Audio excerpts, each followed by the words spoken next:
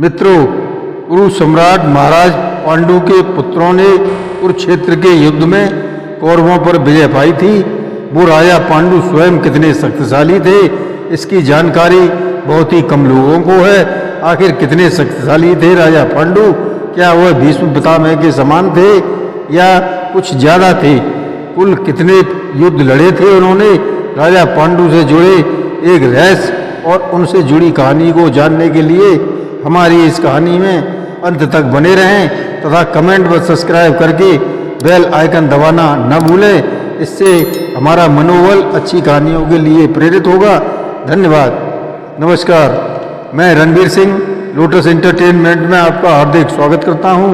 मित्रों, पांडवों के पिता महाराज पांडु से जुड़ा यह प्रसंग महाभारत के आदि पर्व अध्याय 104 के अनुसार जब पितामह भीष्म की सहमति व माता सत्यवती की आज्ञा से विचित्र वीर की पत्नी से संतान उत्पन्न हेतु महर्षि वेद व्यास जी को आमंत्रित किया जाता है, तो सर्वप्रथम व्यास जी ने अंबिका के महल में प्रवेश किया था।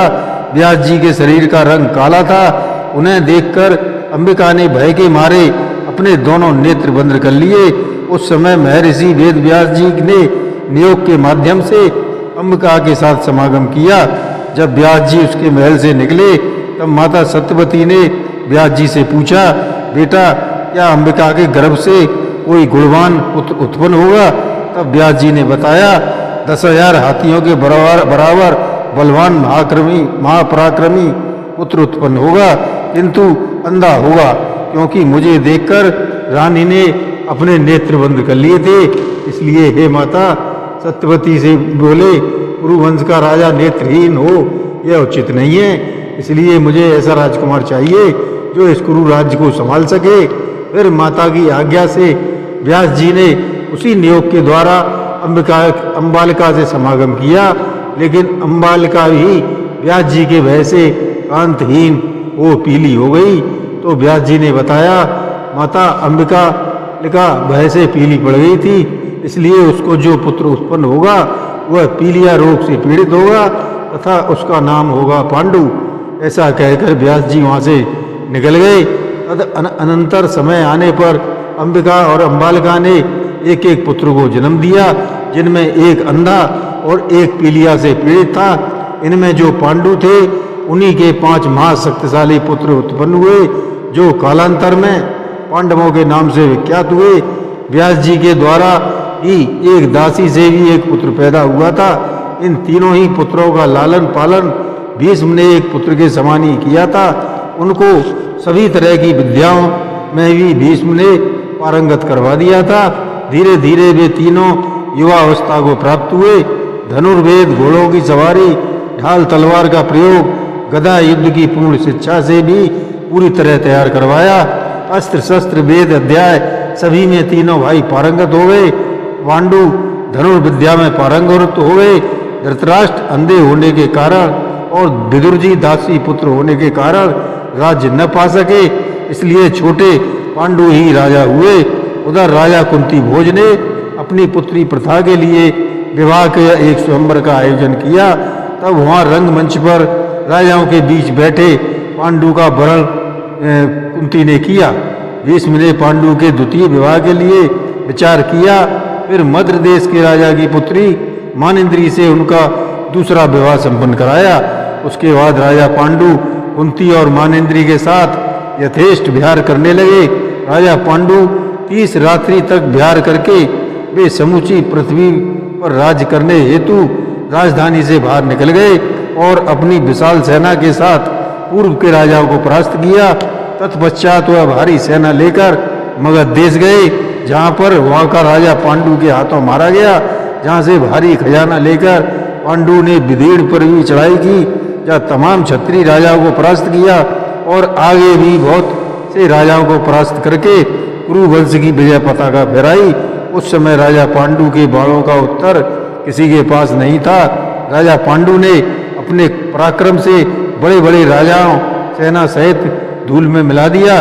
सभी राजा उन्हें इंद्र के समान ही सूरवीर मानने लगे। महाराज पांडु अपने राज्य के लोगों का हर्ष बढ़ाते हुए अपने पूर्ववर्ती राजा भरत और शांतनु की जो कीर्ति नष्ट हो गई थी उसे महाराज पांडु ने पुनर्जीवित कर दिया था। जिन राजाओं ने कुरु राज्य का धन व वैभव हर लिया था उन राजाओं को हस्तिनापुर के सिंह राजा पांडु ने एक एक करके दास बना दिया। फिर राजा पांडु ने हस्तिनापुर में प्रवेश किया। वे सभी कार्य यह दर्शाते हैं कि वे कितने शक्तिशाली थे। उन्होंने अपने जीते हुए धन को माता सत्यवती, दोनों माताएं अंबिका व अम्बालिका व भीष्म को भेंट किया। राजा पांडु ने आलस्य को जीत लिया था। फिर रानी कुंती व मानेंद्री की प्रेरणा से राजमहल छोड़कर वन में रहने लगे। पांडु सदा वन में रहकर शिकार खेला करते थे। एक समय राजा पांडु वन में विचर रहे थे तो उन्होंने देखा एक मृगी जो अपने मृग के साथ ही पांडु ने उन्हें अपने बाणों से बींध डाला। पर ये क्या, वह मृग और मृगी न होकर एक ऋषि पति पत्नी थे। वे मृगी बनी पत्नी से एक तेजस्वी मृग बनकर संभोग कर रहे थे और क्षण भर में मनुष्यों की बोली बोलते हुए पृथ्वी पर गिर पड़े। तब ऋषि ने कहा, तुमने उच्च कुल में जन्म लिया है, वह तुम्हारे अनुरूप नहीं है। तुमने हम निरपराध को मारकर क्या लाभ उठाया? तुम्हें अपने इस कर्म का फल अवश्य मिलेगा। इसलिए बदले में भी मैं तुम्हें श्राप देता हूँ कि तुम भी जब अपनी प्यारी पत्नी से समागम करोगे तभी मेरी तरह काम कीड़ा करते हुए पल्लोक सुधारोगे। यह श्राप देकर मृग मृगी रूप ऋषि पत्नी दोनों स्वर्ग को सुधार गए। उनके श्राप से राजा पांडु भी बड़े दुखी हुए। फिर उन्होंने जाना, अब मैं पुत्र उत्पन्न करने के काबिल नहीं रहा, अब मुझे सिर्फ मोक्ष पाने के लिए ही कार्य करना है। फिर दुखी होकर अपनी दोनों रानियों से बोले, तुम हस्तिनापुर लौट जाओ और सभी से कहना राजा पांडु अब सन्यासी हो गए हैं। तब पूरी बात जानने के बाद कुंती बोली, महाराज हमें राजकाज से कोई मोह नहीं है, हम आपके साथ ही वन में मिलकर तपस्या करेंगे। तद अनंतर राजा पांडु अपनी दोनों पत्नियों के साथ एक तपोनिष्ठ पर्वत पर जा पहुँचे जहाँ उनसे कुछ ऋषि मिलने आते हैं। तथा पांडु ने पूछा, हे ऋषियों तुम कहाँ जाओगे? तब उन्होंने बताया, आज ब्रह्मलोक में ऋषियों का बहुत बड़ा धर्म समागम है, अतः हम लोग वहीं जा रहे हैं। तब पांडु भी उनके साथ ब्रह्मलोक को चले जाते हैं। फिर वहाँ से लौटकर कुंती से बोले, मैं पुत्र उत्पन्न नहीं कर सकता, इसलिए मैं तुम्हें दूसरों के पास भेजूंगा जिससे मेरे जैसे पुत्र पैदा करो। इस प्रकार कहे जाने पर कुंती बोली, हे राजन आप मुझसे इस तरह की कोई बात न करें, मैं आपकी धर्म पत्नी हूँ, आप ही मेरे गर्भ से पराक्रमी पुत्र उत्पन्न करेंगे। मैं आपके सिवा किसी दूसरे पुरुष से समागम की बात सोच भी नहीं सकती। उसके बाद कुंती और पांडु में बहुत तर्क वितर्क हुआ। अंततः कुंती ने महर्षि दुर्वासा से मिले मंत्र के बारे में राजा पांडु को सब कुछ बता दिया। उन्होंने बताया, मैं किसी भी देवता का आह्वान कर पुत्र प्राप्त कर सकती हूँ। फिर कुंती ने विभिन्न देवताओं को आह्वान कर युधिष्ठिर, भीम तथा अर्जुन को प्राप्त किया। इसके बाद कुंती ने कहा, कैसा भी आपातकाल हो, 3 से ज्यादा संतान को शास्त्रों ने भी अनुमति नहीं दी है। फिर वह मंत्र कुंती ने मानेंद्री को बता दिया जिससे सहदेव और नकुल प्राप्त हुए। ऐसे ही 14 वर्ष बीत गए। एक समय कुंती को राजा पांडु का कोई ख्याल ना रहा। वे ब्राह्मणों को भोजन कराने में लगी हुई थी। उससे पांडु मानेंद्री को बुलाकर अपने साथ ले गए। उस समय पांडु के मन में कामना की आग जल उठी।